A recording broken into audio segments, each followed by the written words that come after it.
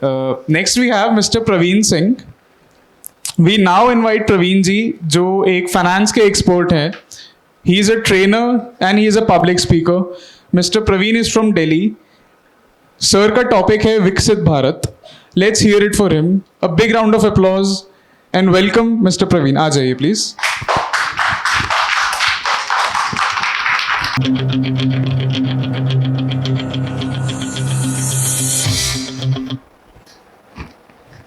वंदे मातरम दोस्तों। दुनिया में मिल जाएंगे आशिक कई, दुनिया में मिल जाएंगे आशिक कई, पर वतन से हसीन सनम नहीं होता। हीरो में सिमटकर सोने से लिपटकर मरते हैं कई, पर तिरंगे से खूबसूरत कफन नहीं होता। Respected judges, ladies and gentlemen, my dear friends, Namaste. Today I am here to share my thought on a dream which is close to the heart of millions and millions of Indians. That is a Viksit Bharat, a developed India. दोस्तों, world के most imminent economist का panel होता है, वो ये decide करता है कि उसको किस कंट्री को डेवलप्ड कैटेगरी में रखना है, किसको अंडर डेवलप्ड में और किसको डेवलपिंग में। इसके लिए कुछ सेट ऑफ पैरामीटर्स होते हैं। ये पैनल उन्हीं पैरामीटर्स को एनालाइज करता है और फिर किसी डिसीजन पे आता है। मैं उन पैरामीटर्स पे आऊं उससे पहले मैं आपके सामने प्रेसिडेंट जॉन एफ कैनेडी का एक स्टेटमेंट कोट करना चाहता हूं। बहुत स्ट्रांग स्टेटमेंट है ये।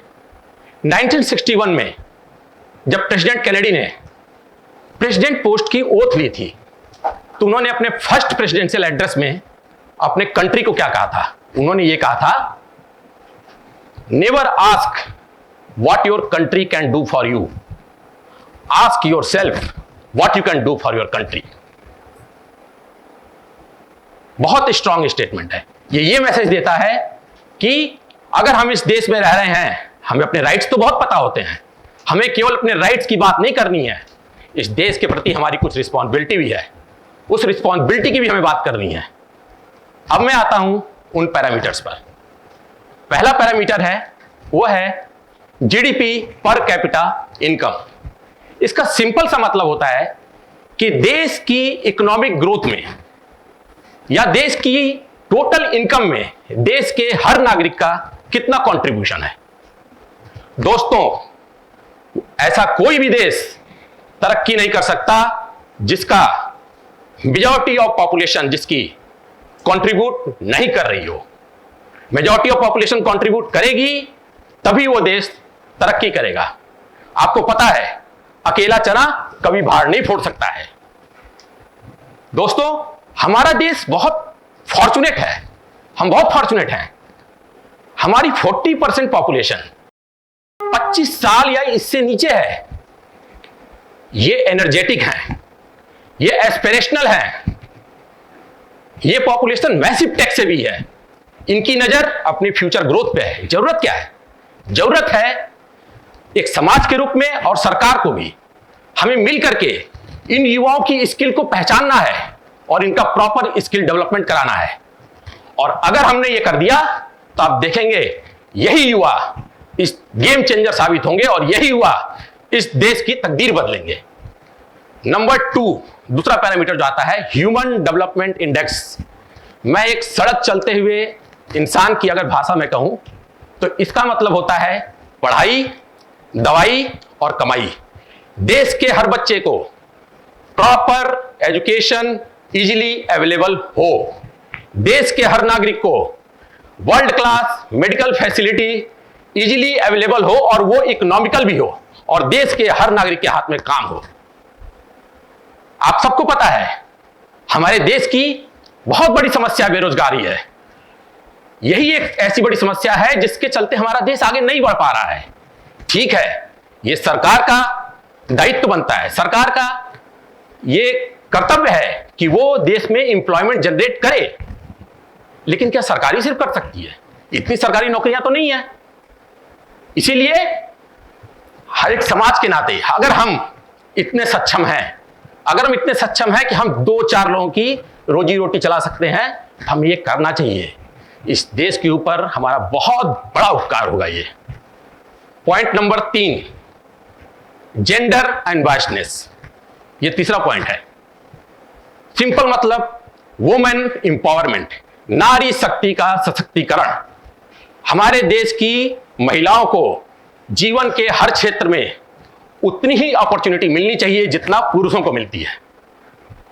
दोस्तों, ये हमें और गवर्नमेंट को भी ये प्रण लेना होगा, ये डिसाइड करना होगा कि हम अपनी हर बहन और बेटी को शिक्षित करेंगे। और सिर्फ शिक्षित ही नहीं करेंगे, एक ऐसा एनवायरनमेंट इस देश में हम क्रिएट करेंगे कि वो अपने हुनर का प्रदर्शन खुल करके कर सकें। दोस्तों, मैं आपके सामने एक छोटी स्टोरी बताने जा रहा हूं वुमेन इंपावरमेंट पे। हमारे देश की स्टोरी है। हमारे देश के एक दूर दराज गांव में एक बहुत गरीब किसान रहता था। उनका टूटा फूटा घर था, 2 वक्त के खाने का, रोटी की भी इंतजाम नहीं हो पाता था, बिजली नहीं थी, पानी की समस्या थी। एजुकेशन तो उनकी फैमिली के लिए लग्जरी था। उनकी बिटिया थी, वो बहुत एस्पिरेशनल थी, वो चाहती थी कि मैं पढ़ लिख करके कुछ बनूं। ठीक है, उनके अंदर दृढ़ इच्छा शक्ति थी, तो जिसके अंदर इच्छा शक्ति होती है, डेस्टिनी भी उसका रास्ता बनाती जाती है। वो किसी तरह से सारी मुसीबतों का सामना करके उन्होंने अपनी स्टडी पूरी की और वो एक स्कूल में टीचर लग गई। उनकी शादी हुई, उनके 2 बेटे हुए और 1 बेटी हुई। समय से पहले उनके पति की दुखद मृत्यु हो गई और जब उनके दोनों बेटे यंग थे, उसी समय उनके दोनों बेटों की भी मृत्यु हो गई। आप सोचिए उस महिला के दिमाग पे क्या गुजरा होगा, उसकी मानसिक स्थिति क्या रही होगी। लेकिन इसी को कहते हैं नारी शक्ति। इन सब चीज को पीछे छोड़ के वो आगे बढ़ी। उन्होंने अपने काम का दायरा बढ़ाया, उन्होंने सोशल सर्विस करनी शुरू की, अच्छे काम करने शुरू किए। उनके अच्छे कामों पर किसी की नजर पड़ी, वो पॉलिटिक्स में आई, एक एमएलए बनी, एक स्टेट गवर्नमेंट में मिनिस्टर बनी, एक स्टेट गवर्नमेंट की गवर्नर बनी, स्टेट की गवर्नर बनी। और दोस्तों, आज वो हमारे देश की राष्ट्रपति हैं।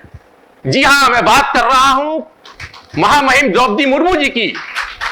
इससे बड़ा वुमेन इंपावरमेंट का क्या एग्जाम्पल हो सकता है। अब मैं चौथे पॉइंट पे आ रहा हूं, वो है इंफ्रास्ट्रक्चर डेवलपमेंट।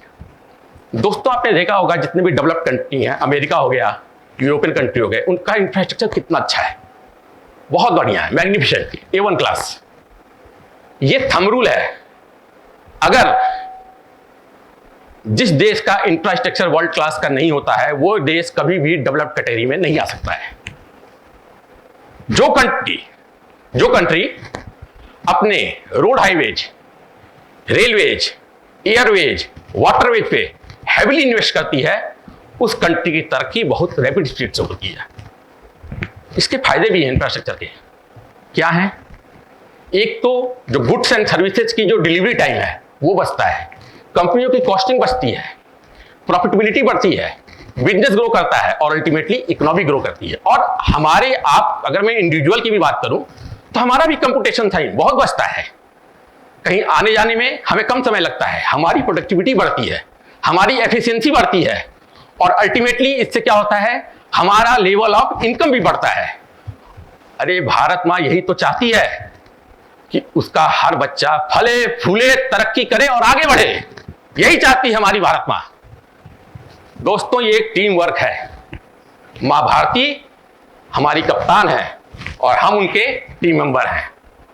और कोई भी टीम तब तक कंसिस्टेंटली नहीं जीत सकती है अगर उसके टीम का हर मेंबर कंट्रीब्यूट ना कर रहा हो। अगर हमें अपनी टीम को जिताना है तो हर इंसान को, हर नागरिक को इस देश के कंट्रीब्यूट करना ही होगा। दोस्तों, आप से भारत माता कुछ भी एक्स्ट्रा नहीं मांग रही है, कुछ एक्स्ट्रा नहीं मांग रही है। आप एक कदम आगे बढ़िए, ये देश अपने आप 10 कदम आगे बढ़ जाएगा। दोस्तों, हमारे देश की कितनी आंतरिक शक्ति है, हमारा देश का कितना जीवट है, हमारा देश कितना खूबसूरत है, ये मैं कवि इकबाल की 4 लाइनों से आपको बताता हूं। कुछ बात है कि हस्ती मिटती नहीं हमारी, कुछ बात है कि हस्ती मिटती नहीं हमारी, सदियों रहा है दौरे दुश्मन जहां हमारा, सारे जहां से अच्छा हिंदुस्तान हमारा, हम बुलबुले हैं इसकी ये गुलसिता हमारा। Now I request all of you to raise in respect of our flag Tiranga and say after me. जय हिंद, जय हिंद, जय हिंद। Thank you.